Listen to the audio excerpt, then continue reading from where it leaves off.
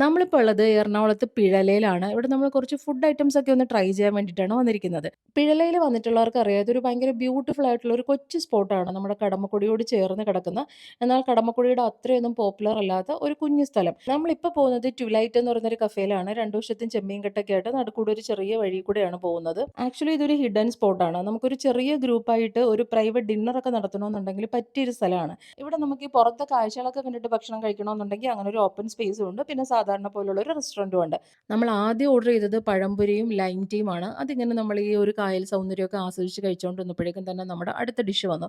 നമ്മൾ പിന്നെ ഓർഡർ ചെയ്തത് പാൽക്കപ്പയും ബീഫുമാണ്. കുറേ നാളുകൾക്ക് ശേഷം ഞാൻ കഴിച്ച ബീഫിൽ നല്ല അടിപൊളി ടേസ്റ്റുള്ള ബീഫ് ഇത് തന്നെയായിരുന്നു. അത്യാവശ്യം നല്ല ക്വാണ്ടിറ്റിയും ഉണ്ട്. പാൽക്കപ്പയും വേറെ ലെവൽ ടേസ്റ്റ് ആയിരുന്നു. ഈ ഒരു ആംബിയൻസിലൊക്കെ ഇരുന്ന് കഴിക്കാൻ പറ്റിയ ഐറ്റം തന്നെയാണ്. അപ്പോൾ നമ്മൾ ഈ ബീഫിൻ്റെ ടേസ്റ്റും ഉണ്ട്. നമ്മൾ പിന്നെ അടുത്തൊരു ഐറ്റവും കൂടെ ഓർഡർ ചെയ്തിട്ടുണ്ട്. അരിപ്പത്തിരിയാണ്. അതും നല്ല നൈസായിട്ട് ഉണ്ടാക്കിയെടുത്ത് നല്ല അടിപൊളി അരിപ്പത്തിരിയായിരുന്നു. നല്ല ബ്യൂട്ടിഫുൾ ആയിട്ടുള്ള ആംബിയൻസിൽ നല്ല കിടിലൻ ടേസ്റ്റി ഫുഡാണ് നിങ്ങൾ നോക്കുന്നുണ്ടെങ്കിൽ ഈ സ്പോട്ട് ഒന്ന് സേവ് ചെയ്ത് വെച്ചേക്ക് കേട്ടോ.